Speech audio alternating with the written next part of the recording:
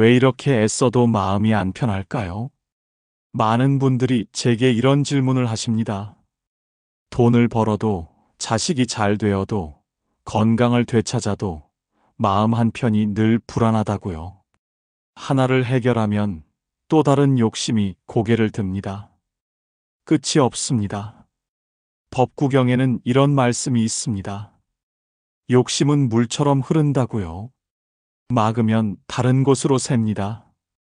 채우면 또 빈 곳을 찾아갑니다. 우리가 괴로운 건 가진 게 부족해서가 아닙니다. 욕심이 멈추지 않기 때문이죠. 젊었을 땐 돈이 목표였습니다.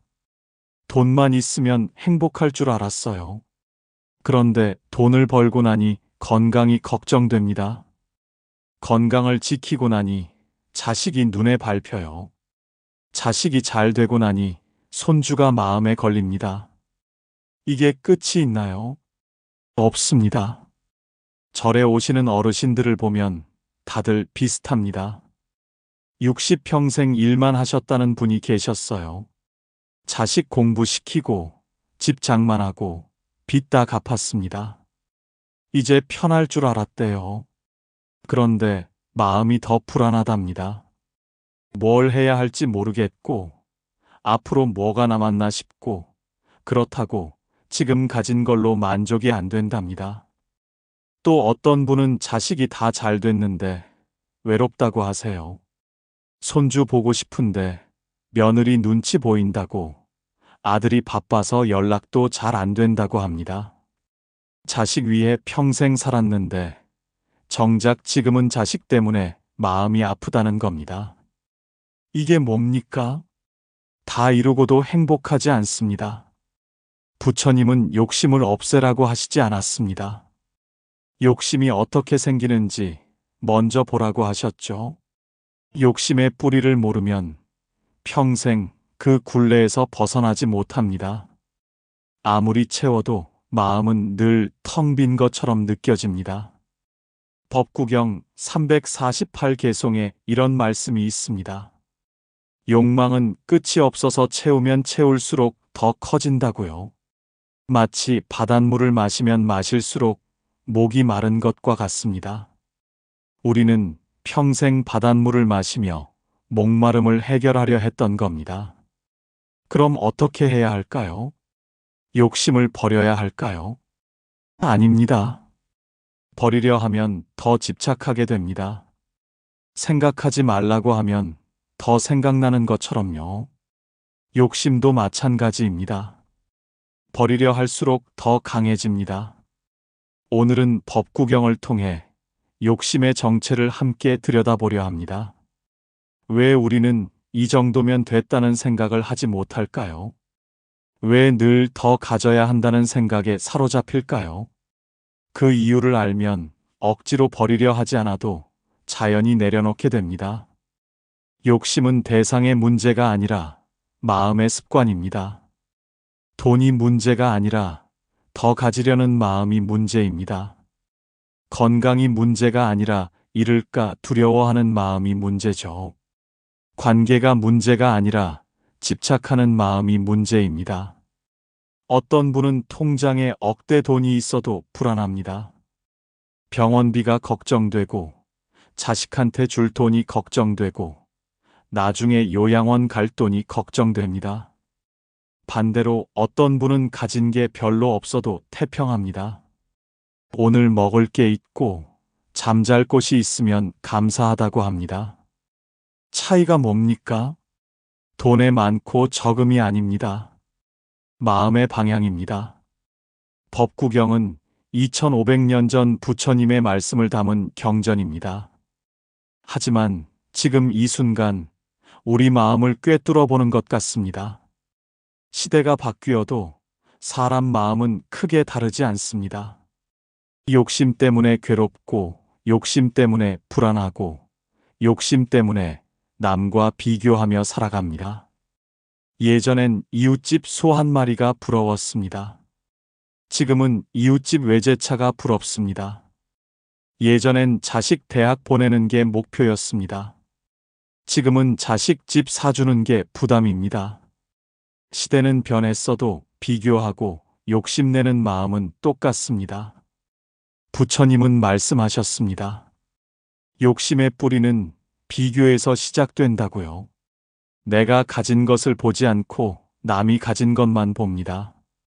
내게 있는 건강은 당연하게 여기고 없는 돈만 아쉬워합니다. 내게 있는 자식은 섭섭하게 느껴지고 남의 자식은 효자처럼 보입니다. 오늘 이 시간 욕심을 미워하거나 억지로 버리려 하지 마십시오. 그저 바라보기만 하면 됩니다. 욕심이 어디서 시작되는지, 어떻게 우리 삶을 흔드는지, 그리고 어떻게 자연스럽게 내려놓을 수 있는지 함께 보겠습니다. 법구경에는 욕심에 대한 깊은 통찰이 담겨 있습니다. 단순히 욕심을 나쁘다고만 하지 않습니다. 왜 욕심이 생기는지, 욕심이 우리를 어떻게 괴롭히는지, 그리고 욕심에서 벗어나는 길은 무엇인지 차근차근 알려줍니다. 지금부터 그 가르침을 하나씩 풀어보겠습니다. 어렵지 않습니다. 우리 일상의 이야기입니다. 여러분이 지금 느끼고 계신 그 마음, 그 불안, 그 욕심이 바로 법구경이 말하는 그것입니다. 함께 천천히 들여다보겠습니다. 아침에 일어나면 제일 먼저 뭘 생각하십니까? 오늘 해야 할 일, 걱정되는 일, 신경 쓰이는 일들이 떠오릅니다. 잠들기 전엔 어떻습니까? 오늘 못한 일, 내일 해야 할 일, 불안한 미래가 머릿속을 맴돕니다. 하루 종일 마음이 쉬지 못합니다. 왜 그럴까요? 욕심 때문입니다. 더 잘해야 한다는 욕심, 더 가져야 한다는 욕심, 더 인정받아야 한다는 욕심이 마음을 쉬지 못하게 합니다. 지금 이대로는 부족하다는 생각이 늘 따라다닙니다. 법구경 287개송에는 이런 말씀이 나옵니다. 만족을 모르는 자는 부자여도 가난하고, 만족을 아는 자는 가난해도 부자라고요. 참 깊은 말씀입니다. 가난과 부유함이 통장 잔고로 결정되는 게 아니라는 겁니다. 마음의 상태로 결정됩니다. 통장에 10억이 있어도 불안하면 가난한 겁니다. 통장에 100만 원밖에 없어도 감사하면 부유한 겁니다. 누가 더 행복할까요?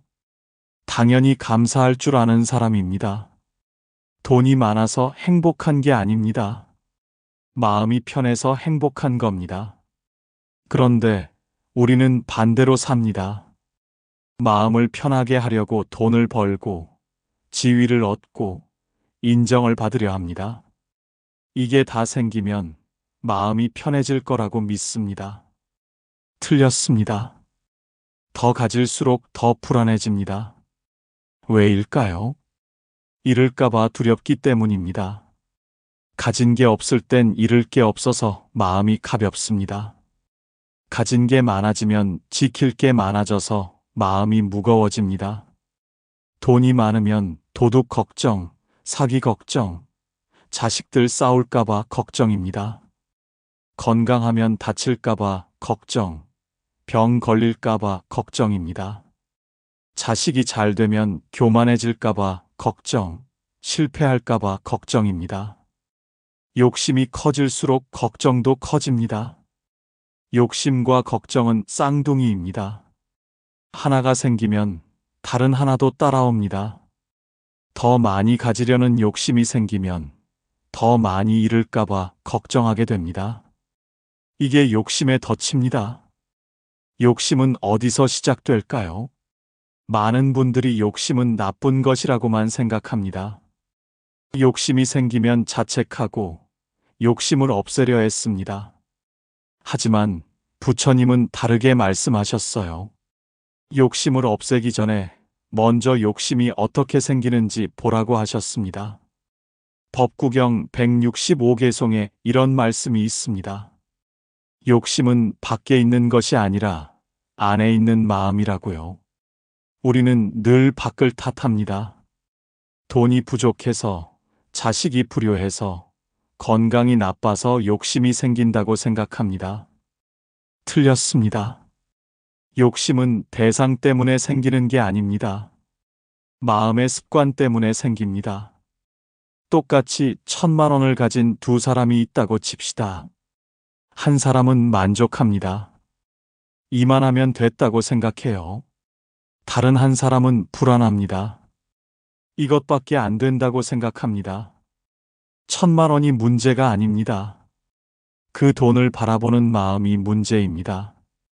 부처님은 말씀하셨습니다. 욕심의 뿌리는 비교에서 시작된다고요. 우리는 절대적인 양을 보지 않습니다. 상대적인 비교만 합니다. 내가 얼마나 가졌는지가 중요한 게 아닙니다. 남보다 많이 가졌는지, 적게 가졌는지가 중요합니다. 시장에서 배추 한 포기 1,000원에 샀습니다. 기분이 좋습니다. 그런데 옆 가게가 800원에 판다는 걸 압니다. 순간 기분이 나빠집니다. 배추는 똑같습니다. 내가 손해본 것도 없습니다. 그런데 마음이 불편합니다. 왜일까요? 비교했기 때문입니다. 법구경은 이걸 정확하게 짚어냅니다. 마음은 늘 비교하려는 습관이 있다고요. 비교하지 않으면 만족할 수 있는 것도 비교하는 순간 불만이 됩니다. 충분한 것도 비교하면 부족해집니다. 감사할 일도 비교하면 억울해집니다. 그럼 왜 우리는 비교할까요? 부처님은 이렇게 설명하셨습니다. 마음이 늘 밖을 향하고 있기 때문이라고요. 내 안에 있는 것은 보지 않고 남이 가진 것만 봅니다. 내게 이미 있는 건강, 있는 가족, 있는 평안은 당연하게 여깁니다. 없는 것만 자꾸 눈에 들어옵니다. 자식이 셋 다 건강하게 잘 삽니다. 의사, 교사, 공무원으로 각자 자리 잡았습니다. 감사할 일입니다. 그런데 자주 못 온다고 섭섭합니다. 바쁘다고, 멀다고, 눈치 본다고 불만입니다. 이웃은 자식이 가까이 산다는 말을 들으면 비교가 시작됩니다. 내 자식 셋이 다 잘 사는 건 안 보입니다. 이웃 자식이 자주 온다는 것만 보입니다. 이게 욕심이 시작되는 방식입니다. 비교에서 시작해서 기대로 이어집니다. 이웃처럼 우리 자식도 자주 와야 한다는 기대가 생깁니다. 그 기대가 집착이 됩니다. 왜 안 오나? 왜 전화 안 하나? 나를 소홀히 하는 거 아닌가 하는 집착이죠. 그리고 마지막엔 실망이 옵니다. 법구경 216개송에는 이런 말씀이 있습니다. 욕심은 번뇌의 씨앗이라고요. 욕심 하나가 심어지면 거기서 수많은 괴로움이 자라난다고 합니다. 비교라는 씨앗이 기대라는 줄기를 만들고 집착이라는 가지를 뻗고 실망이라는 열매를 맺습니다. 그럼 욕심을 멈추려면 비교를 멈춰야 할까요? 말은 쉽습니다. 하지만 실제로는 거의 불가능합니다. 왜일까요? 비교는 마음의 본능이기 때문입니다. 우리 마음은 자동으로 비교합니다. 의식하지 않아도 비교합니다. 아침에 일어나서 날씨를 봅니다. 어제보다 춥네, 따뜻하네 비교합니다. 밥을 먹습니다. 어제보다 맛있네, 싱거우네 비교합니다. 뉴스를 봅니다. 누구는 성공했네, 누구는 실패했네 비교합니다. 하루 종일 비교의 연속입니다. 부처님은 비교를 멈추라고 하지 않으셨습니다. 대신 비교가 일어날 때 그걸 알아차리라고 하셨어요. 아, 지금 내가 비교하고 있구나. 비교 때문에 마음이 흔들리는구나. 이렇게 아는 것만으로도 욕심의 힘이 약해집니다. 이 정도면 됐다는 생각이 왜 안 들까요? 부처님 말씀을 보면 이건 당연한 겁니다. 마음의 습관이 그렇게 길들여져 있기 때문입니다. 법구경 350개송을 보면 이런 말씀이 나옵니다. 마음은 길들인 대로 움직인다고요. 평생 비교하며 살았으면 비교가 습관이 됩니다. 평생 더 가지려고 애썼으면 욕심이 습관이 됩니다. 습관은 하루아침에 바뀌지 않습니다. 60년을 비교하며 살았는데 하루아침에 비교를 멈출 수 있겠습니까? 불가능합니다. 그렇다면 우리는 평생 욕심에서 벗어날 수 없는 걸까요? 아닙니다. 습관을 바꿀 수는 있습니다. 다만 시간이 걸립니다. 그리고 방법이 있습니다. 욕심을 없애려 하지 말고 욕심이 일어나는 과정을 보는 겁니다. 누군가 새 차를 샀다는 얘기를 들었습니다. 순간 마음이 움직입니다. 부럽다는 생각이 듭니다. 여기까지는 자연스러운 반응입니다. 문제는 그 다음입니다. 그 부러움을 키우느냐, 그냥 두느냐의 차이입니다. 욕심을 키우는 마음은 이렇게 움직입니다. 나도 새 차 사야겠다. 우리 차는 너무 낡았다.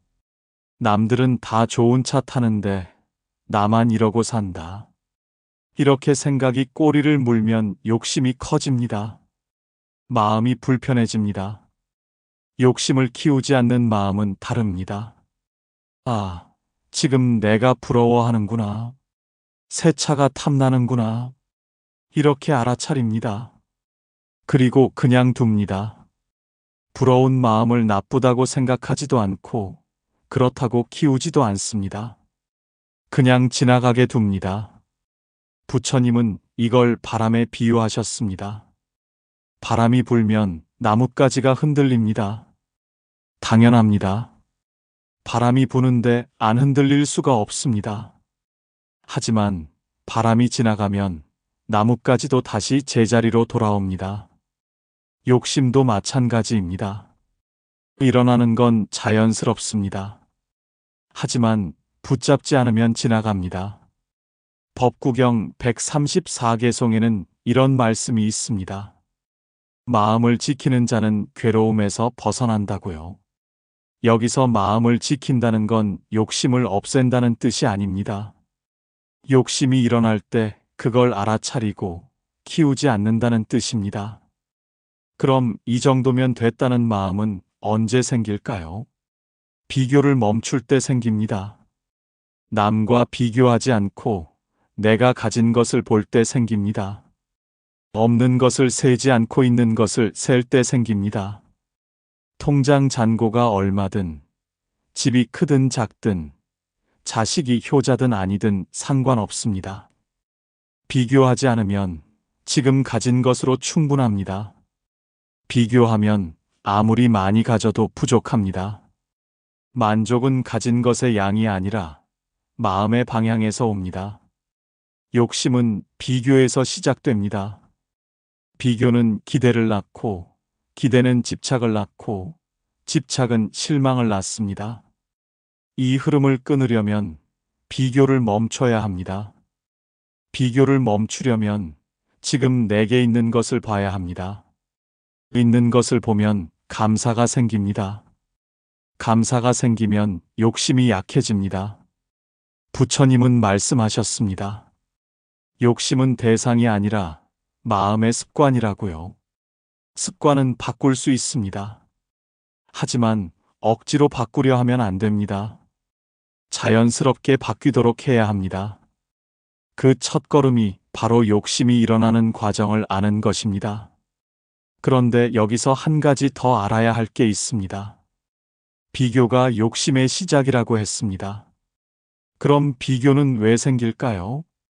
부처님은 법구경에서 그 원인을 명확하게 밝히셨습니다. 무지 때문이라고요.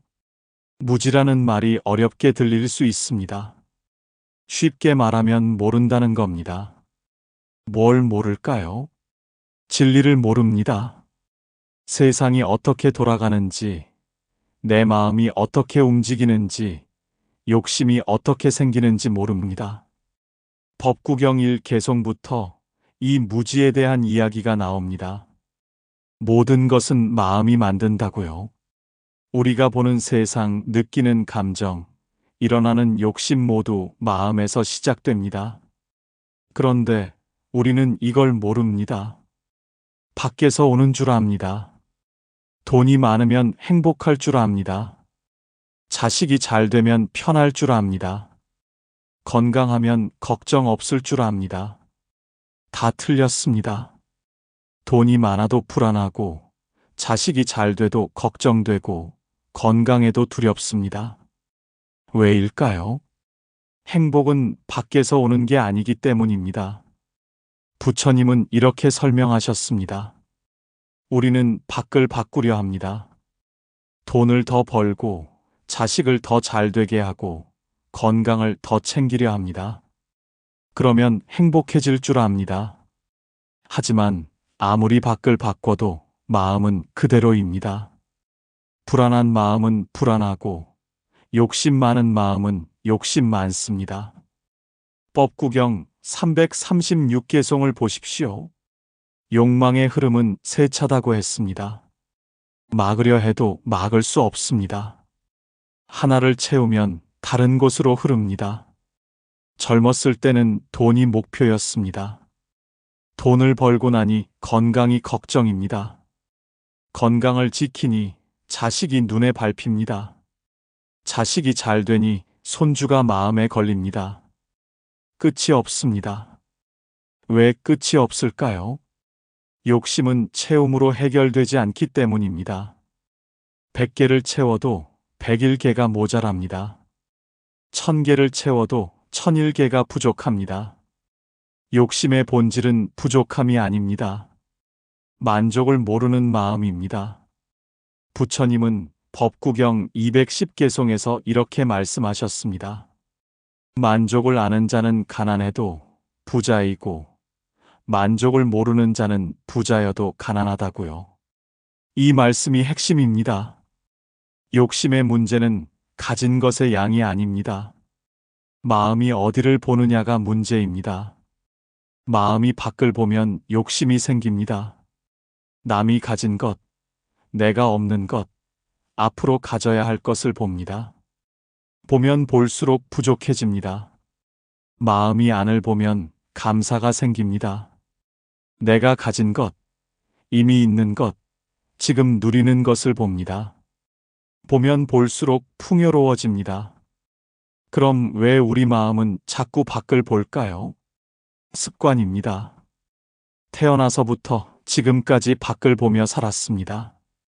남과 비교하고, 경쟁하고, 더 가지려 애쓰며 살았습니다. 학교에서 그렇게 배웠고, 사회에서 그렇게 살아왔습니다. 1등 해야 칭찬받고, 많이 가져야 인정받고, 높이 올라가야 성공한 겁니다. 이게 우리가 배운 삶의 방식입니다. 그런데 이제 나이 들어보니 허망합니다. 1등 해도 행복하지 않고, 많이 가져도 불안하고, 높이 올라가도 외롭습니다. 부처님은 이걸 오래전에 보셨습니다. 법구경 153개송에 이런 말씀이 있습니다. 수많은 생을 거쳐 윤회하며 집 짓는 자를 찾아 헤맸다고요. 여기서 집 짓는 자는 욕심을 말합니다. 욕심이 윤회를 만들고 괴로움을 만듭니다. 우리도 마찬가지입니다. 평생 욕심을 찾아 헤맸습니다. 이것 가지면 행복할 줄 알고 저것 이루면 편할 줄 알았습니다. 하지만 가져도 행복하지 않고 이뤄도 편하지 않았습니다. 왜일까요? 욕심은 채움으로 해결되지 않기 때문입니다. 그럼 어떻게 해야 할까요? 부처님은 욕심의 구조를 보라고 하셨습니다. 욕심이 어떻게 생기고 어떻게 커지고 어떻게 우리를 괴롭히는지 보라고요. 보면 자연스럽게 욕심의 힘이 약해집니다. 욕심의 구조는 간단합니다. 비교에서 시작해서 기대로 가고 집착으로 커지고 실망으로 끝납니다. 이 과정을 한번 자세히 들여다보겠습니다. 첫째, 비교입니다. 남의 집 차가 새 차입니다. 우리 집 차는 10년 됐습니다. 비교가 일어납니다. 새 차가 좋아 보입니다.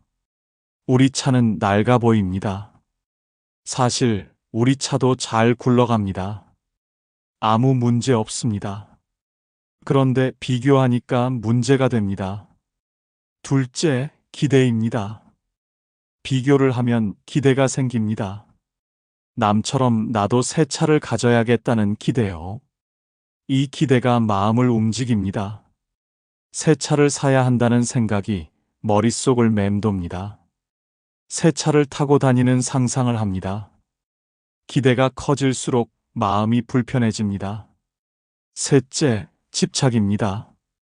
기대가 커지면 집착이 됩니다. 꼭 새 차를 사야겠다는 집착이죠. 새 차 없이는 못 산다는 생각까지 듭니다. 다른 것은 다 안 보입니다. 오직 새 차만 보입니다. 집착이 강해지면 다른 것에 감사할 수가 없습니다.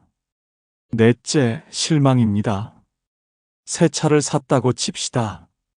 처음 며칠은 기분이 좋습니다. 그런데 금방 시들해집니다. 새 차도 이제 익숙해집니다. 당연해집니다. 그러다가 더 좋은 차를 본 사람의 차를 봅니다. 다시 비교가 시작됩니다. 또 욕심이 생깁니다. 혹은 새 차를 못 샀다고 칩시다. 실망합니다. 왜 난 새 차 하나 못 사나 자책합니다. 남들은 다 사는데 나만 못 산다고 억울해합니다. 실망이 쌓이면 마음이 무거워집니다. 이게 욕심의 순환입니다.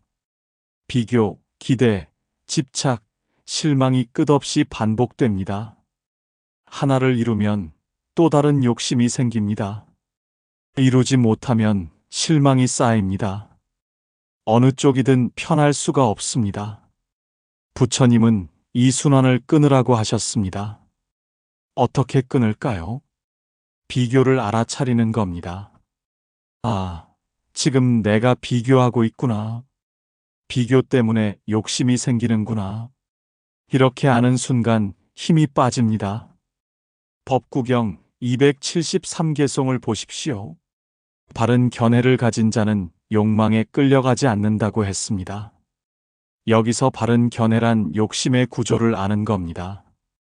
욕심이 어떻게 생기는지, 왜 괴로움을 만드는지 아는 거죠. 알면 욕심이 일어나도 흔들리지 않습니다. 아, 지금 비교하고 있구나. 기대가 생기는구나. 집착이 커지는구나. 이렇게 알아차리면 그 흐름이 멈춥니다. 완전히 사라지지는 않아도 약해집니다. 욕심은 모를 때 강합니다. 욕심인 줄 모르고 욕심을 따라갑니다. 새 차가 필요해서, 돈이 필요해서, 자식이 잘 돼야 해서 욕심을 내는 줄 압니다. 사실은 비교 때문이고, 습관 때문이고, 마음이 밖을 향하고 있기 때문입니다. 알면 욕심이 약해집니다. 욕심인 줄 알고 욕심을 봅니다. 아, 이게 욕심이구나. 비교해서 온 거구나. 실제로 필요한 게 아니구나. 이렇게 알면 욕심을 따라가지 않게 됩니다. 부처님은 욕심을 버리라고 하지 않으셨습니다. 욕심을 보라고 하셨습니다. 욕심이 일어나는 걸 보고, 욕심이 커지는 걸 보고, 욕심이 사라지는 걸 보라고 하셨어요. 보기만 해도 욕심의 힘이 약해집니다. 이제 욕심이 일어나는 과정을 봤습니다. 비교에서 시작해서 기대, 집착, 실망으로 이어진다는 것도 알았습니다. 그럼 이 정도면 됐다는 마음은 어떻게 생길까요? 간단합니다. 비교를 멈추면 됩니다. 비교를 멈추면 기대도 안 생기고, 집착도 안 생기고, 실망도 없습니다. 그럼 비교를 어떻게 멈출까요? 비교를 멈추려 하면 안 됩니다. 비교가 일어나는 걸 보면 됩니다. 지금 비교하고 있구나. 남의 차와 내 차를 비교하는구나. 남의 자식과 내 자식을 비교하는구나. 남의 통장과 내 통장을 비교하는구나. 이렇게 보는 순간 비교의 힘이 약해집니다. 완전히 사라지지는 않습니다. 비교는 마음의 본능이니까요. 하지만 약해집니다. 비교에 휘둘리지 않게 됩니다. 비교를 하되 비교 때문에 괴롭지 않습니다. 법구경 360개송에 이런 말씀이 있습니다. 만족을 아는 것이 최상의 재물이라고요. 만족은 가진 것의 양이 아닙니다. 마음의 상태입니다. 비교하지 않는 마음, 지금 가진 것을 보는 마음, 감사할 줄 아는 마음이 만족입니다. 만족은 만들어지는 게 아닙니다. 발견되는 겁니다. 이미 있습니다. 지금 있는 건강, 있는 가족, 있는 평안이 만족입니다. 다만 우리가 안 볼 뿐입니다. 없는 것만 보니까 만족이 안 보입니다. 있는 것을 보면 만족이 보입니다. 오늘 아침 눈을 떴습니다. 숨을 쉽니다. 밥을 먹습니다. 걸을 수 있습니다. 이게 다 만족입니다. 당연한 게 아닙니다. 감사한 겁니다. 부처님은 이렇게 말씀하셨습니다. 작은 것에 감사할 줄 알면 큰 것도 만족스럽다고요. 작은 것에 불만이면 큰 것도 부족합니다. 만족은 크기의 문제가 아닙니다. 마음의 문제입니다. 그럼 욕심 없이 살 수 있을까요? 불가능합니다. 욕심은 마음의 본능입니다. 살아있는 한 욕심은 일어납니다. 문제는 욕심을 없애는 게 아닙니다. 욕심에 끌려가지 않는 겁니다. 욕심이 일어나도 괜찮습니다. 자연스러운 겁니다. 다만 욕심을 키우지 않으면 됩니다. 욕심을 알아차리고 욕심을 보고 욕심이 지나가게 두면 됩니다. 그러면 욕심이 있어도 괴롭지 않습니다.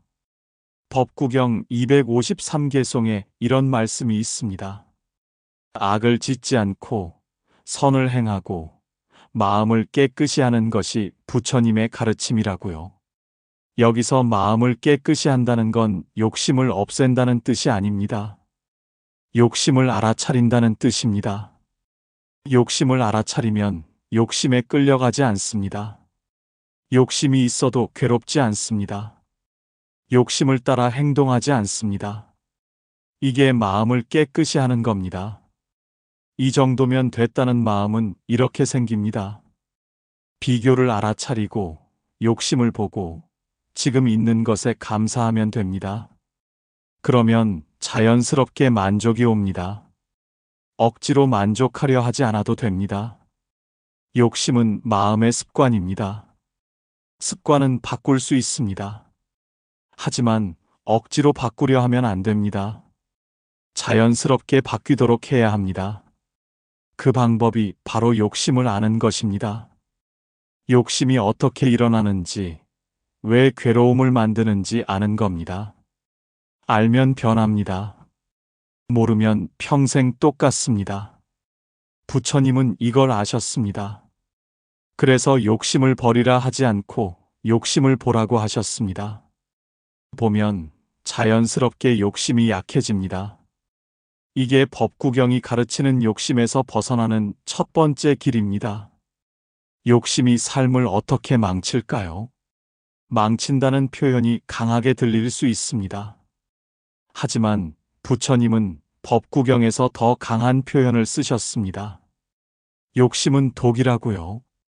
독은 조금만 들어가도 몸 전체를 병들게 합니다. 욕심도 마찬가지입니다. 법구경 335개송을 보십시오.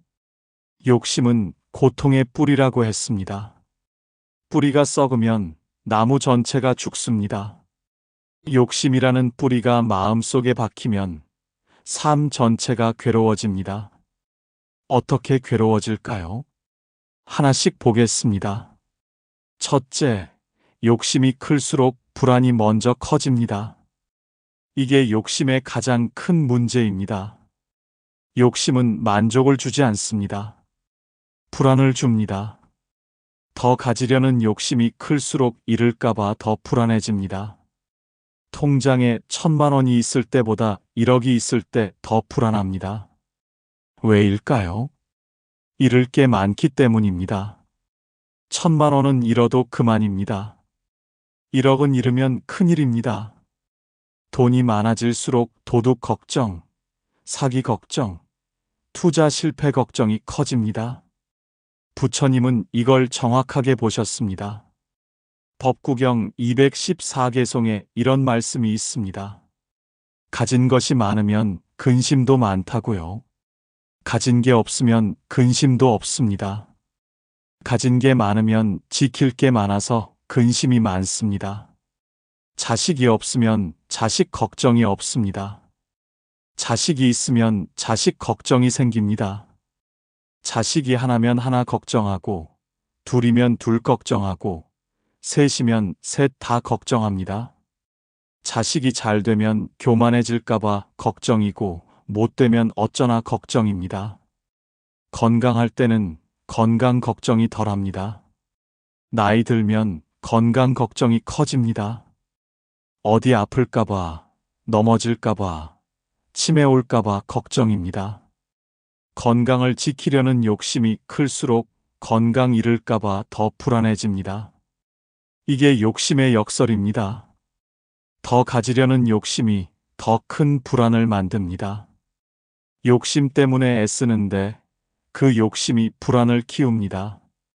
불안 때문에 더 욕심을 냅니다. 욕심과 불안이 서로를 키웁니다. 법구경 346개송을 보십시오. 욕망에 사로잡힌 자는 거미줄에 걸린 것과 같다고 했습니다. 거미줄은 가늘지만 끈끈합니다. 한 번 걸리면 빠져나오기 어렵습니다. 욕심도 그렇습니다. 처음엔 작습니다. 하지만 점점 커지고 끈끈해져서 빠져나오기 어려워집니다. 처음엔 작은 욕심이었습니다. 조금만 더 가지면 된다고 생각했습니다.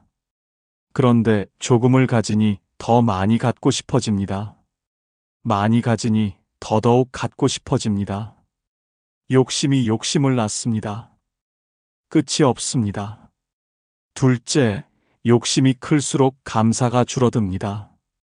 이게 욕심이 삶을 망치는 두 번째 방식입니다. 욕심은 늘 부족한 것을 봅니다. 있는 것은 안 보입니다. 부족한 것만 보이니까 감사할 수가 없습니다. 아침에 눈을 뜹니다. 감사한 일입니다. 오늘도 살아 있습니다. 숨 쉬고 움직이고 생각할 수 있습니다. 그런데 욕심 많은 마음은 이걸 못 봅니다. 눈 뜨자마자 걱정부터 합니다. 오늘 뭐 해야 하나? 돈은 얼마나 벌었나? 자식은 잘 있나 걱정합니다. 밥을 먹습니다. 감사한 일입니다. 먹을 게 있다는 건 큰 복입니다. 그런데 욕심 많은 마음은 불만입니다. 반찬이 시원찮네. 어제보다 못하네. 남의 집은 뭐 먹나 비교합니다. 감사는 없고 불만만 있습니다.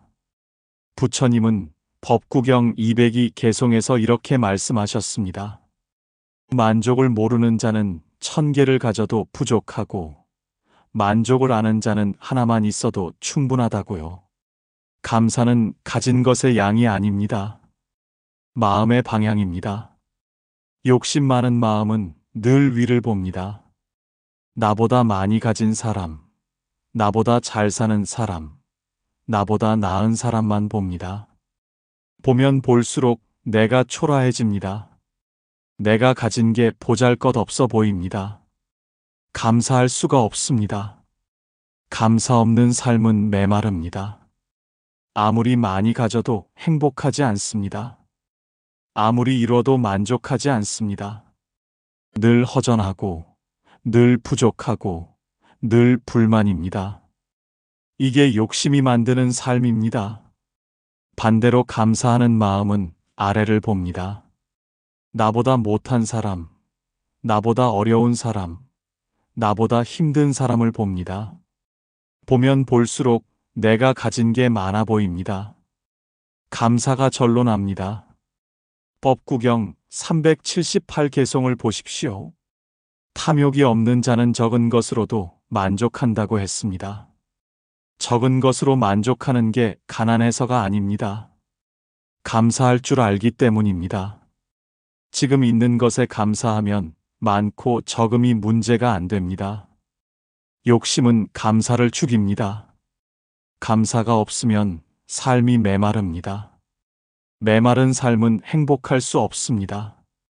아무리 많이 가져도 아무리 높이 올라가도 허전합니다. 이게 욕심이 삶을 망치는 두 번째 이유입니다. 셋째, 욕심은 관계를 망칩니다. 이게 가장 슬픈 부분입니다. 욕심 때문에 사람을 잃습니다. 가족을 잃고, 친구를 잃고, 이웃을 잃습니다. 욕심이 사람보다 중요해지기 때문입니다. 돈 욕심 때문에 형제가 싸웁니다. 부모 재산 때문에 남이 됩니다. 평생 함께 자란 형제인데 돈 앞에서 남보다 못합니다. 왜일까요? 욕심이 사람보다 커졌기 때문입니다. 부처님은 법구경 205개송에서 이렇게 말씀하셨습니다. 탐욕은 가까운 사람도 멀어지게 한다고요. 욕심이 크면 모든 게 욕심을 위한 도구가 됩니다. 사람도 도구가 됩니다. 도구는 필요 없으면 버립니다. 자식을 봅니다. 자식이 내 기대를 채워주면 예뻐합니다. 내 기대를 못 채우면 서운해합니다.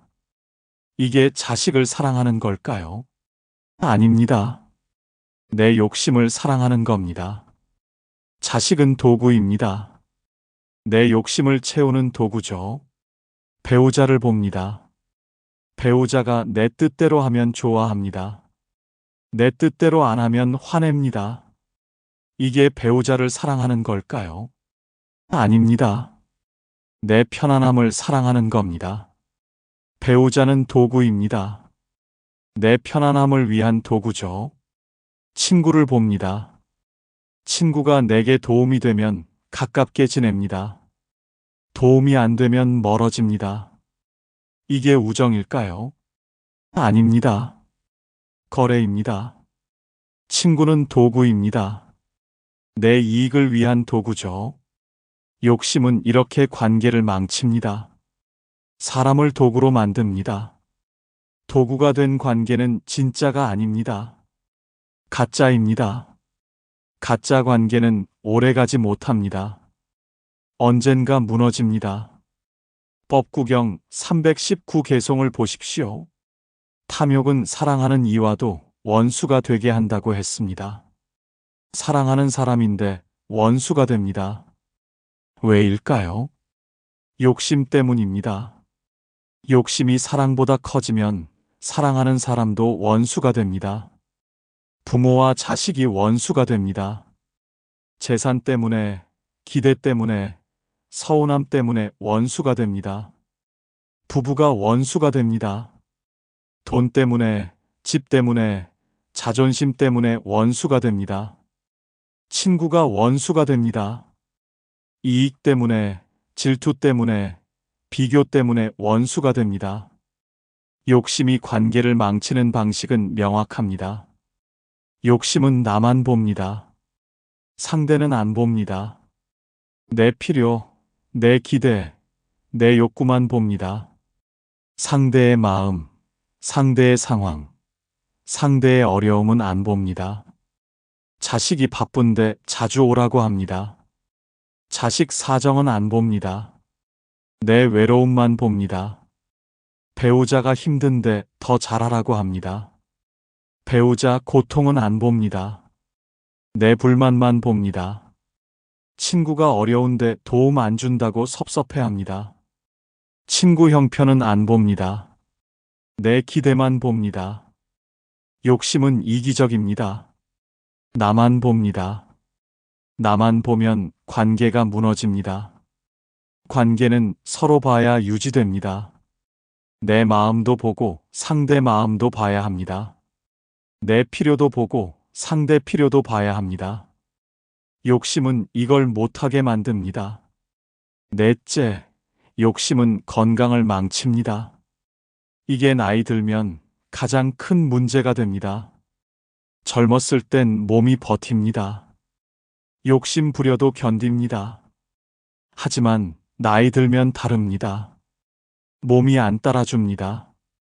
욕심 많은 사람은 쉬지 못합니다. 늘 무언가를 해야 합니다.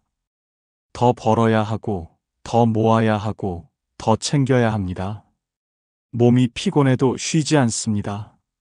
마음이 불안해서 쉴 수가 없습니다. 부처님은 법구경 288개송에서 이렇게 말씀하셨습니다. 욕망 때문에 밤낮으로 쉬지 못한다고요.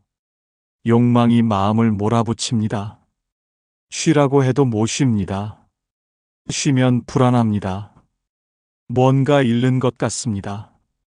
잠을 못 잡니다. 자려고 누우면 걱정이 밀려옵니다. 내일 할 일 모자란 돈, 자식 걱정이 머릿속을 맴돕니다. 잠을 못 자니까 피곤합니다. 피곤하니까 예민해집니다. 예민하니까 화를 냅니다. 악순환입니다. 밥맛이 없습니다. 걱정 때문에 입맛이 없습니다. 먹어도 소화가 안 됩니다. 속이 더부룩하고 답답합니다. 몸이 신호를 보냅니다. 쉬라고, 내려놓으라고 신호를 보냅니다. 하지만 욕심은 듣지 않습니다. 법구경 321개송을 보십시오. 탐욕은 몸과 마음을 모두 괴롭힌다고 했습니다. 몸도 아프고 마음도 아픕니다. 몸이 아프면 마음도 괴롭고 마음이 괴로우면 몸도 아픕니다. 욕심은 둘 다 망칩니다. 스트레스가 쌓입니다. 혈압이 올라갑니다. 혈당이 높아집니다. 관절이 아픕니다. 병원 가면 의사가 말합니다. 스트레스 받지 마세요. 쉬세요. 하지만 쉴 수가 없습니다. 욕심이 쉬지 못하게 합니다. 욕심은 건강의 적입니다. 욕심 때문에 몸을 혹사합니다. 욕심 때문에 마음을 괴롭힙니다. 몸과 마음이 다 망가집니다. 나이 들어서 가장 중요한 게 건강인데 욕심이 그 건강을 망칩니다. 다섯째, 욕심은 현재를 빼앗습니다. 이게 욕심의 가장 큰 문제일 수 있습니다. 욕심은 늘 미래를 봅니다. 지금은 안 봅니다. 지금 이 순간을 살지 못합니다. 늘 다음을 준비합니다. 밥 먹으면서 내일 걱정합니다. 산책하면서 돈 걱정합니다. 손주 보면서 자식 걱정합니다. 지금 이 순간을 즐기지 못합니다. 늘 다음을, 나중을, 미래를 생각합니다. 부처님은 법구경 286개송에서 이렇게 말씀하셨습니다. 어제는 이미 갔고 내일은 아직 오지 않았으니 오직 오늘만이 있다고요. 하지만 욕심 많은 사람은 오늘을 못 삽니다. 어제를 후회하고 내일을 걱정합니다. 오늘 날씨가 좋습니다. 따뜻한 햇살이 듭니다. 감사할 일입니다. 하지만 욕심 많은 마음은 못 느낍니다. 내일 비 올까 걱정합니다. 다음 주 날씨는 어떨까 신경 씁니다. 지금 이 따뜻함을 못 느낍니다. 자식이 왔습니다. 반가운 일입니다. 함께 있는 이 시간이 소중합니다. 하지만 욕심 많은 마음은 못 즐깁니다. 언제 또 올까 걱정합니다. 왜 자주 안 오나 섭섭해합니다. 지금 이 만남을 못 즐깁니다. 밥이 맛있습니다. 감사한 일입니다. 이 맛을 즐겨야 합니다. 하지만 욕심 많은 마음은 못 즐깁니다. 내일은 뭐 먹지 생각합니다. 반찬이 떨어지면 어쩌나 걱정합니다. 지금 이 맛을 못 느낍니다. 법구경 315개송을 보십시오. 과거에 집착하지 말고 미래를 탐내지 말라고 했습니다. 오직 현재에 머물러야 평안하다고 했습니다. 하지만 욕심은 현재에 못 머물게 합니다. 늘 과거를 후회하고 미래를 걱정하게 만듭니다. 현재를 빼앗기면 삶을 빼앗깁니다. 삶은 현재의 연속입니다. 과거는 이미 갔고 미래는 아직 안 왔습니다. 오직 현재만 있습니다. 현재를 못 살면 삶을 못 사는 겁니다. 욕심은 이렇게 현재를 빼앗습니다. 늘 다음을 준비하게 만듭니다. 지금을 희생하고 미래를 위해 살게 합니다. 하지만 그 미래가 와도 또 다음 미래를 준비합니다. 끝이 없습니다. 평생 현재를 못 살고 미래만 준비하다가 삶이 끝납니다. 여섯째, 욕심은 평화를 빼앗습니다. 이게 마지막이자 가장 중요한 부분입니다. 욕심이 있으면 마음이 평화로울 수 없습니다. 늘 흔들립니다. 늘 불안합니다. 늘 괴롭습니다. 부처님은 법구경 223개송에서 이렇게 말씀하셨습니다. 탐욕을 이긴 자는 평화를 얻는다고요. 탐욕이 있으면 평화가 없습니다. 탐욕을 이겨야 평화가 옵니다. 평화는 조건이 갖춰져서 오는 게 아닙니다. 욕심이 없어서 옵니다. 돈이 많아도 욕심이 있으면 평화가 없습니다. 돈이 적어도 욕심 없으면 평화가 있습니다. 자식이 잘 돼도 욕심이 있으면 평화가 없습니다. 자식이 평범해도 욕심 없으면 평화가 있습니다. 평화는 마음의 상태입니다. 밖의 조건이 아닙니다. 욕심이 마음을 흔들면 평화가 없습니다. 욕심이 약하면 평화가 옵니다. 욕심이 사라지면 완전한 평화가 옵니다. 법구경 374개송을 보십시오. 욕망이 없는 자는 두려움이 없다고 했습니다. 욕망이 있으면 두려움도 있습니다. 잃을까봐 두렵고, 못 가질까봐 두렵고, 빼앗길까봐 두렵습니다. 두려움이 있으면 평화가 없습니다. 욕심은 평화의 적입니다. 욕심이 있는 한 진짜 평화는 없습니다.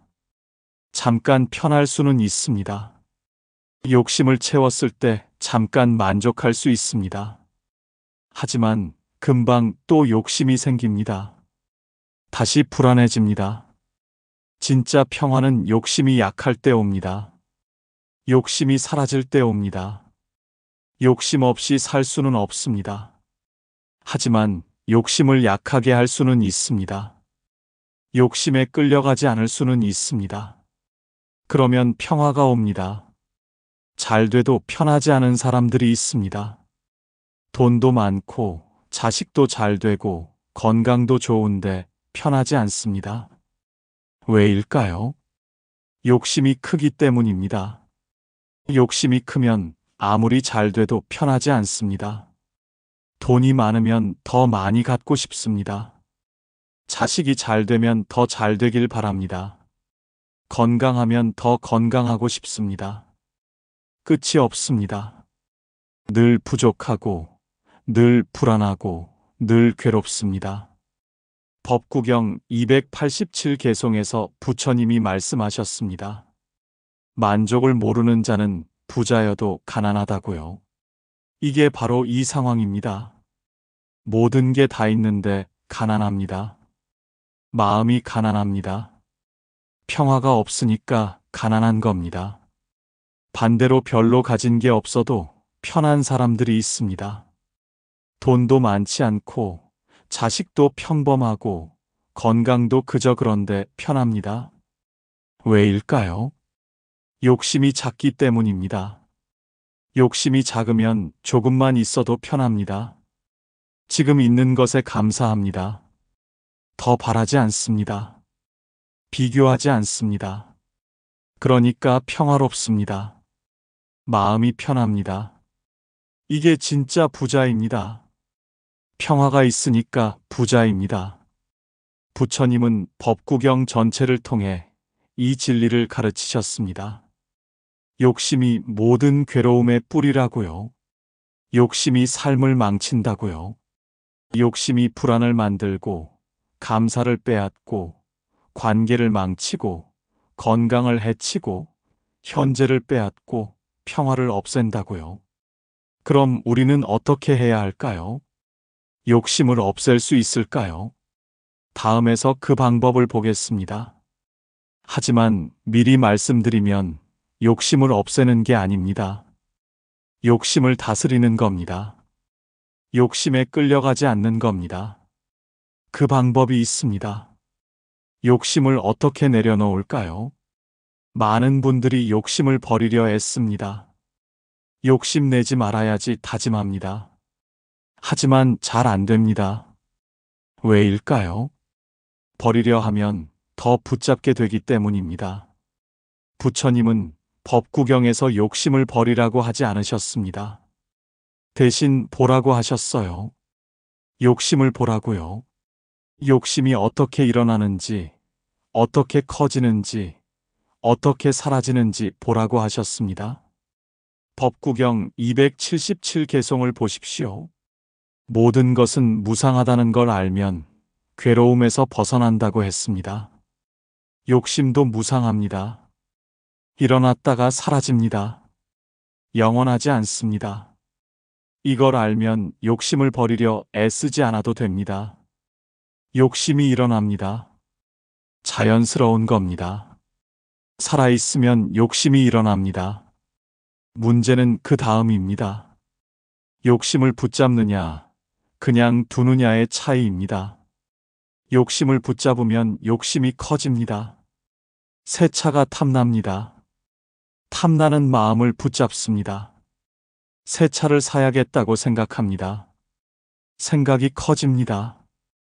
꼭 사야겠다는 집착이 됩니다. 집착이 커지면 사지 못하면 괴롭습니다. 욕심을 그냥 두면 어떻게 될까요? 새 차가 탐납니다. 탐나는구나 알아차립니다. 그리고 그냥 둡니다. 탐나는 마음을 나쁘다고 하지도 않고 키우지도 않습니다. 그냥 있게 둡니다. 그러면 잠시 후 사라집니다. 부처님은 이걸 구름에 비유하셨습니다. 하늘에 구름이 뜹니다. 구름은 잠시 있다가 사라집니다. 하늘은 그대로입니다. 욕심도 마찬가지입니다. 마음에 욕심이 뜹니다. 욕심은 잠시 있다가 사라집니다. 마음은 그대로입니다. 문제는 우리가 구름을 붙잡으려 한다는 겁니다. 구름을 붙잡으려 하면 손에 안 잡힙니다. 붙잡으려 할수록 더 안 잡힙니다. 괴롭습니다. 그냥 두면 구름은 알아서 지나갑니다. 법구경 377개송을 보십시오. 집착하지 않으면 괴로움이 없다고 했습니다. 욕심을 집착하지 않으면 욕심이 있어도 괴롭지 않습니다. 욕심을 집착하면 욕심 때문에 괴롭습니다. 그럼 어떻게 집착하지 않을까요? 보는 겁니다. 욕심을 보는 겁니다. 아, 지금 욕심이 일어나는구나. 이렇게 보기만 하면 됩니다. 보는 순간 집착의 힘이 약해집니다. 새 옷이 탐납니다. 순간 욕심이 일어납니다. 여기서 두 갈래 길이 있습니다. 하나는 욕심을 따라가는 길입니다. 저 옷 사야겠다. 꼭 가져야겠다. 이렇게 생각하면 욕심이 커집니다. 다른 하나는 욕심을 보는 길입니다. 아, 지금 새 옷이 탐나는구나. 욕심이 일어나는구나. 이렇게 보면 욕심이 약해집니다. 사라지지는 않아도 힘이 빠집니다. 부처님은 법규경 282개송에서 이렇게 말씀하셨습니다. 탐욕은 불에 기름을 붓는 것과 같다고요. 욕심을 따라가면 욕심이 커집니다. 불에 기름을 부으면 불이 커지듯이요. 욕심을 보면 욕심이 약해집니다. 기름을 안 부으면 불이 약해지듯이요. 욕심을 내려놓는 첫 번째 방법은 이겁니다. 버리려 하지 말고 보는 겁니다. 욕심이 일어나는 걸 보고, 욕심이 커지는 걸 보고, 욕심이 약해지는 걸 봅니다. 보기만 해도 욕심의 힘이 약해집니다. 두 번째 방법은 이미 있는 것을 보는 겁니다. 욕심은 없는 것만 봅니다. 있는 것은 안 봅니다. 그러니까 늘 부족합니다. 있는 것을 보면 감사가 생깁니다. 감사가 생기면 욕심이 약해집니다. 아침에 눈을 뜹니다. 이미 있는 겁니다. 오늘도 살아 있습니다. 숨을 쉽니다. 심장이 뜁니다. 이미 있습니다. 당연한 게 아닙니다. 어제 잠들었을 때 오늘 눈 뜰 거라는 보장이 없었습니다. 그런데 눈 떴습니다. 감사한 일입니다. 밥을 먹습니다. 이미 있는 겁니다. 먹을 게 있습니다.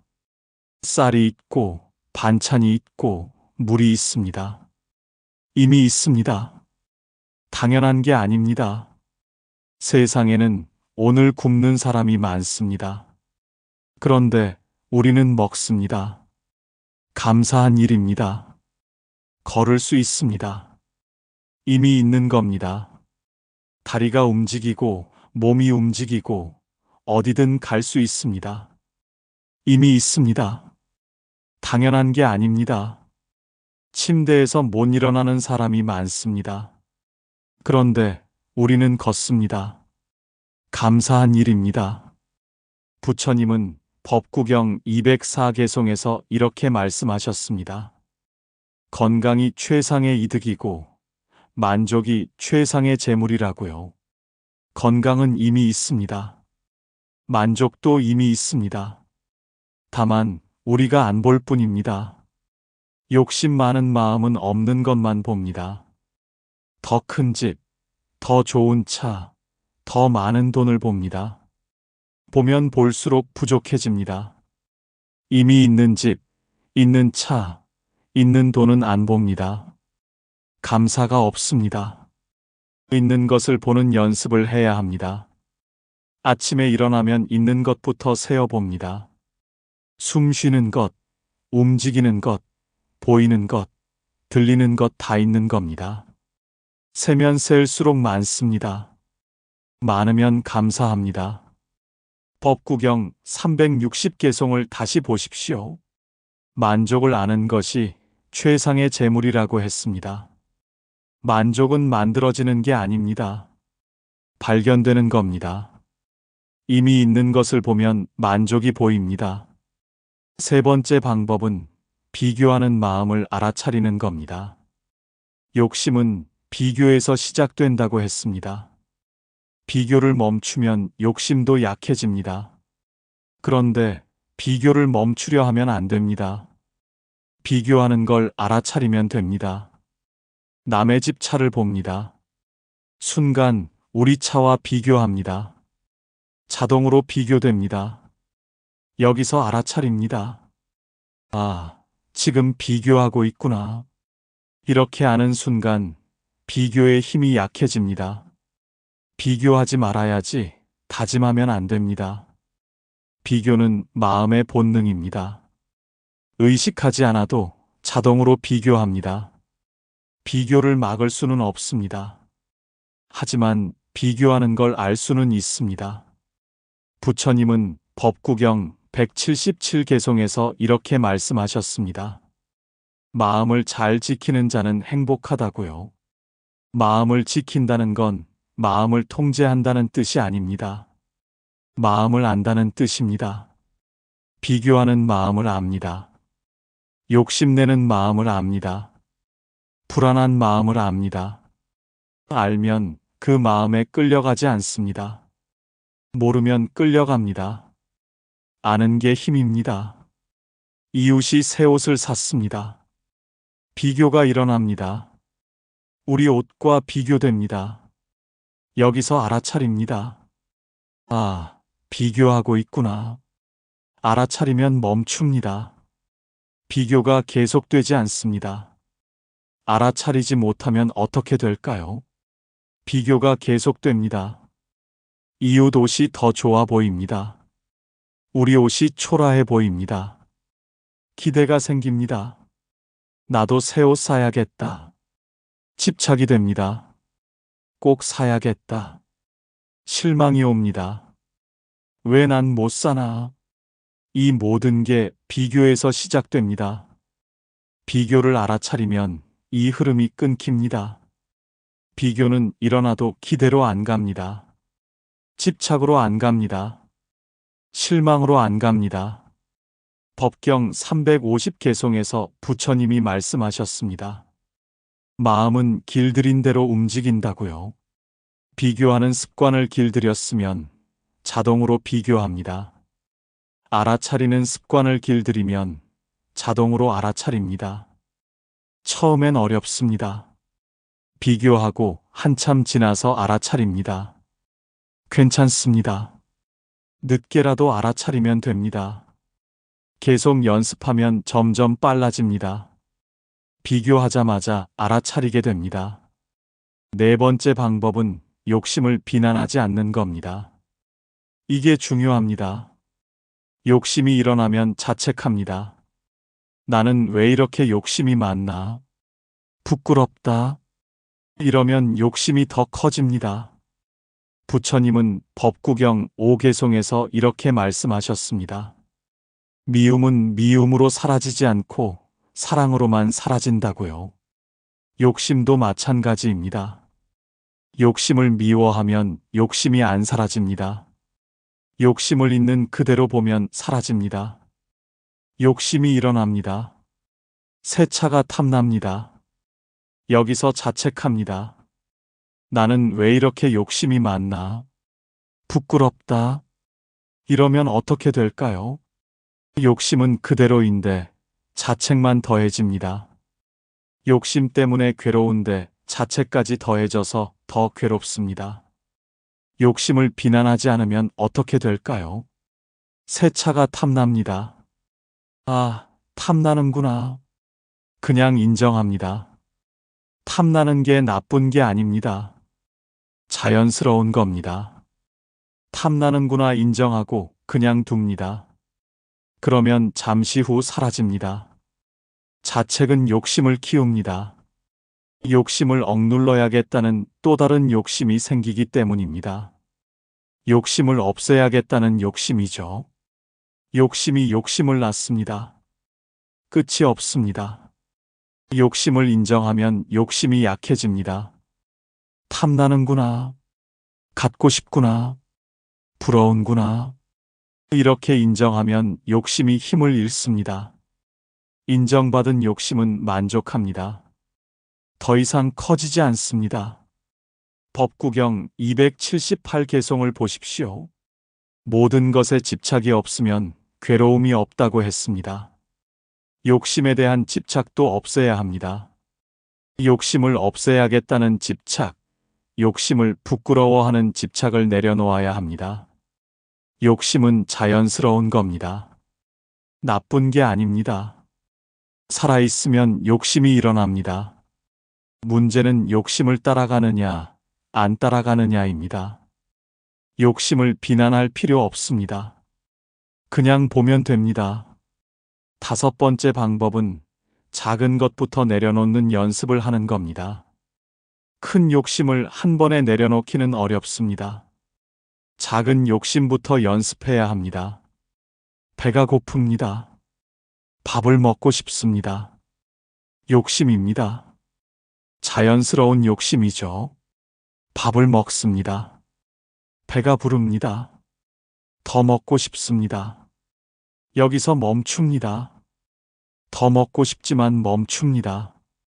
작은 욕심을 내려놓는 연습입니다. 부처님은 법구경 185개송에서 이렇게 말씀하셨습니다.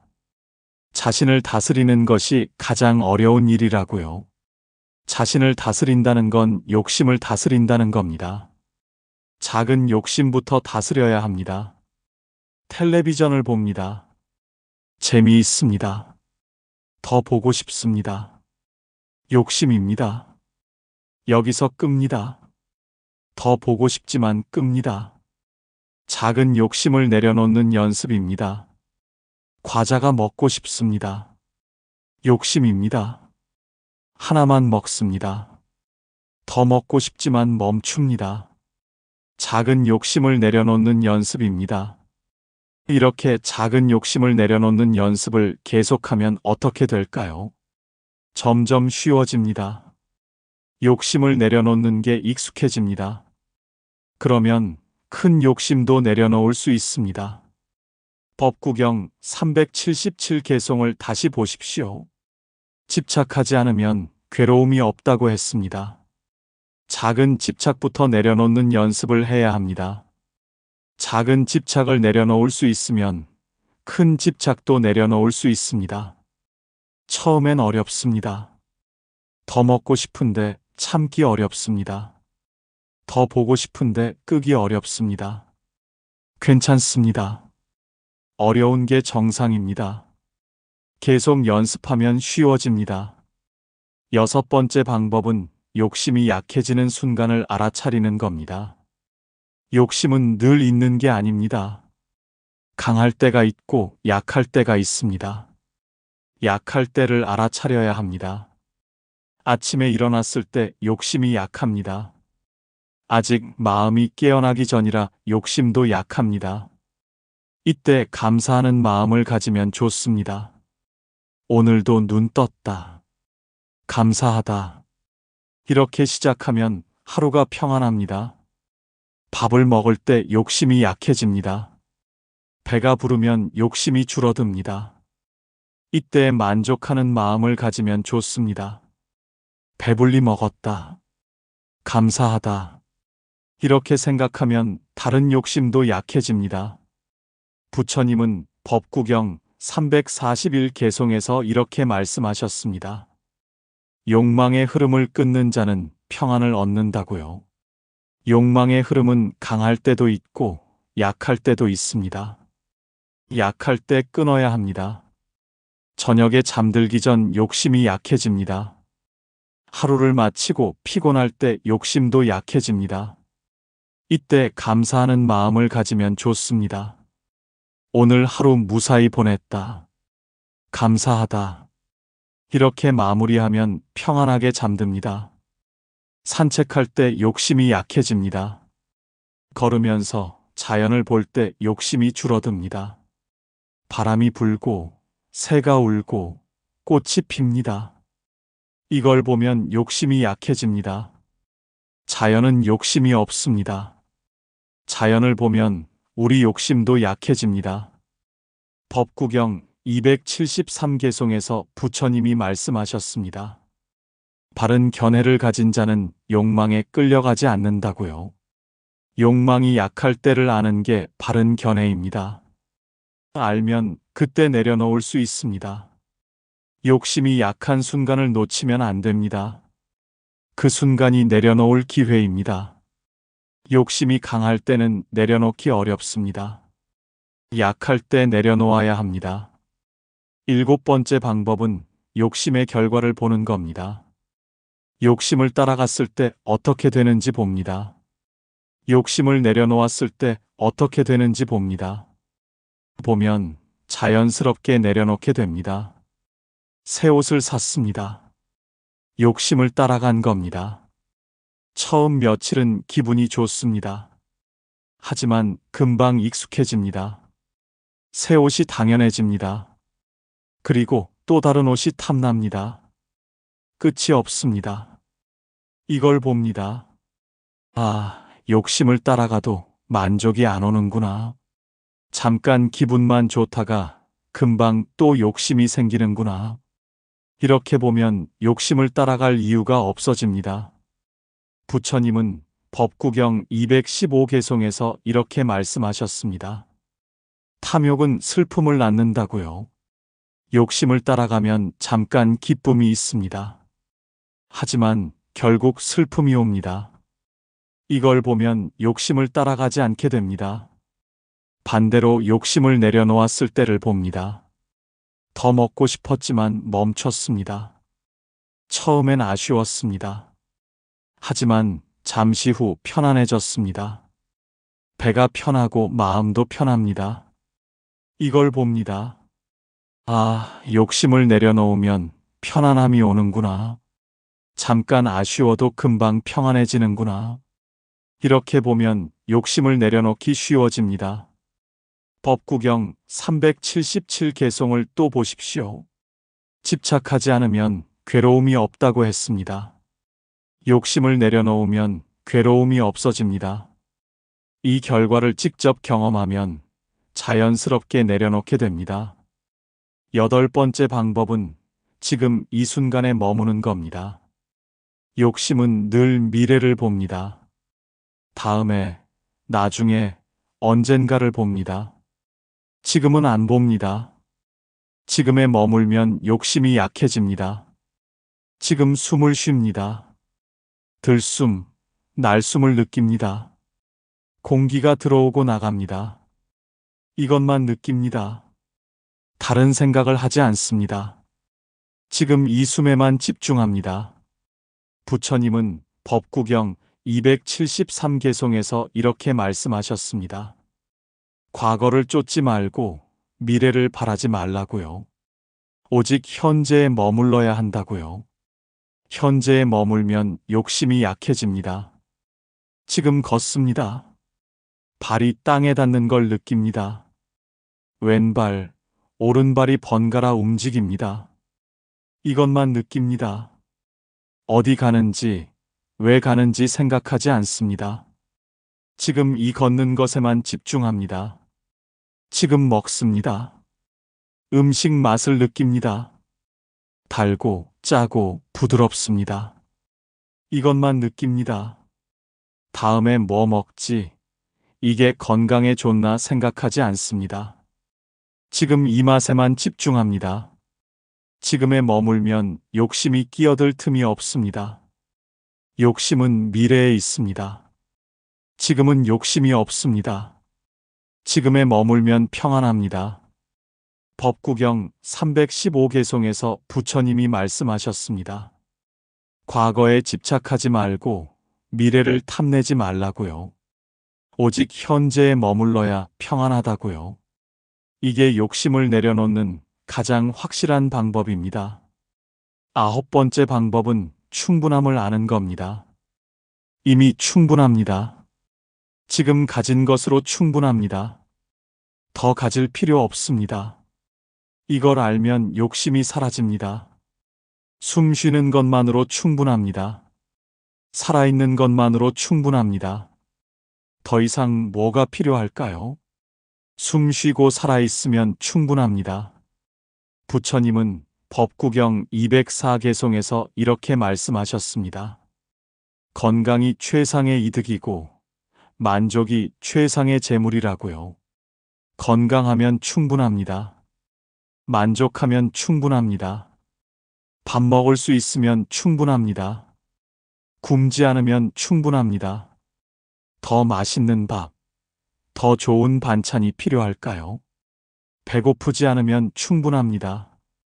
잠잘 곳이 있으면 충분합니다. 추위를 피할 수 있으면 충분합니다. 더 큰 집, 더 좋은 방이 필요할까요? 편히 쉴 수 있으면 충분합니다. 법구경 360개송을 다시 한번 보십시오. 만족을 아는 것이 최상의 재물이라고 했습니다. 충분함을 알면 더 이상 바랄 게 없습니다. 바랄 게 없으면 욕심이 없습니다. 충분함을 모르면 평생 부족합니다. 아무리 많이 가져도 부족합니다. 충분함을 알면 조금만 있어도 넉넉합니다. 충분함은 양의 문제가 아닙니다. 마음의 문제입니다. 마지막 방법은 기다리는 겁니다. 욕심을 억지로 버리려 하지 않습니다. 자연스럽게 사라지길 기다립니다. 서두르지 않습니다. 조급해하지 않습니다. 그냥 기다립니다. 욕심이 일어납니다. 일어나는구나 알아차립니다. 그리고 기다립니다. 버리려 하지 않습니다. 키우지도 않습니다. 그냥 있게 둡니다. 기다립니다.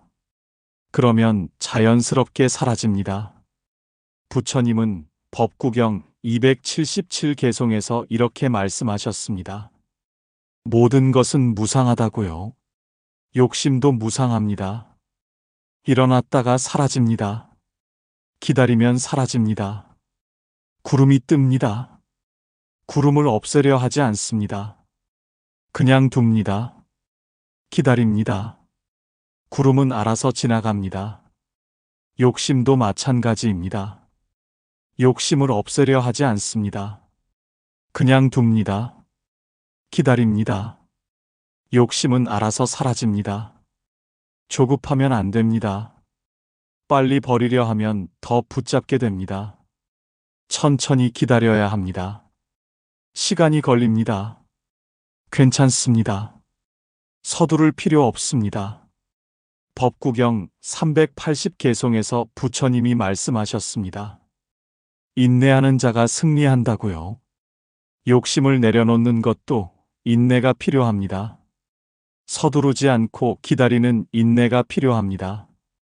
욕심은 평생 길들인 습관입니다. 하루아침에 사라지지 않습니다. 시간이 걸립니다. 조금씩 약해집니다. 조금씩 내려놓아집니다.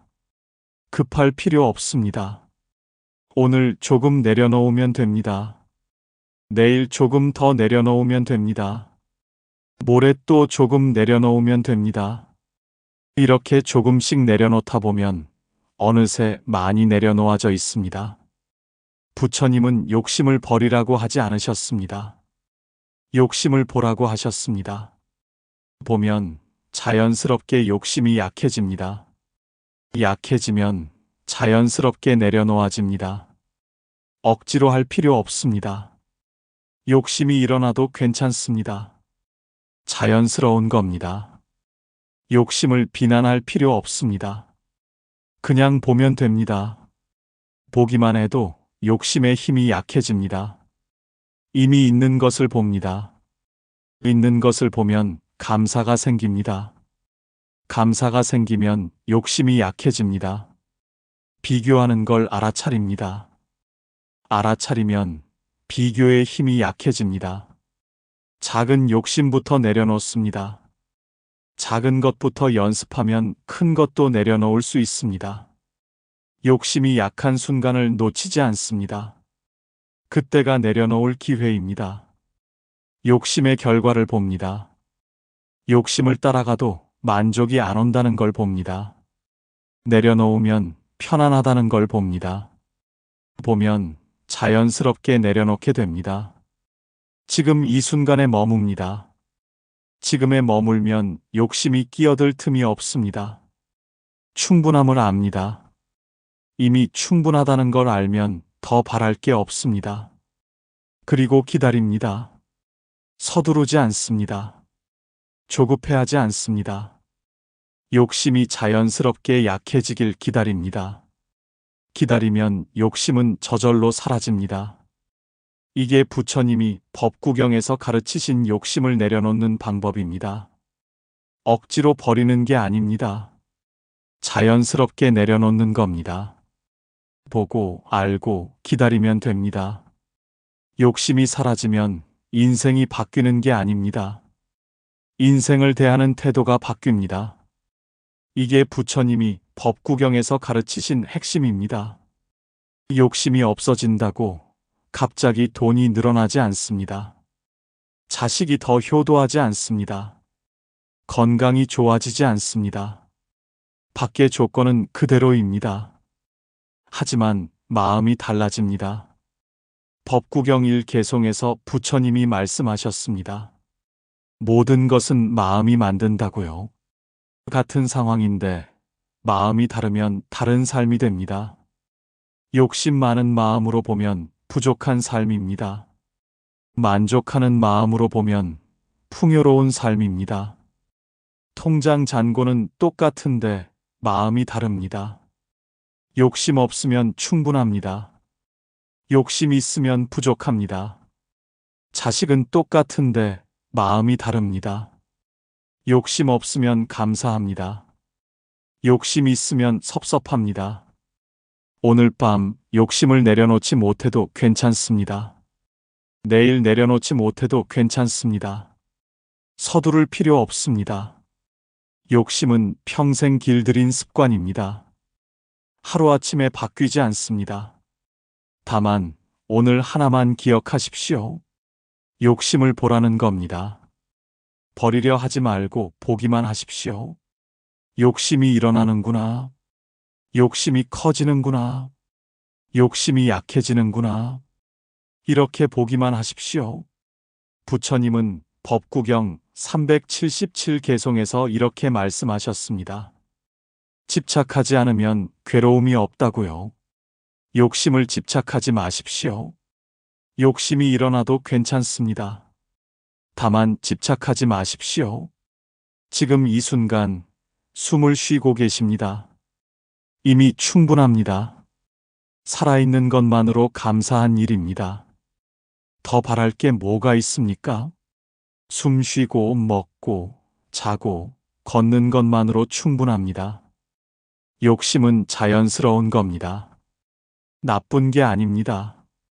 다만 욕심에 끌려가지 마십시오. 욕심을 보고 알아차리고 지나가게 두십시오. 그러면 편안해집니다. 오늘 이 말씀이 마음에 와닿으셨다면 혼자만 간직하지 마시고 댓글로 나눠주십시오. 여러분의 이야기가 누군가에게 위로가 됩니다.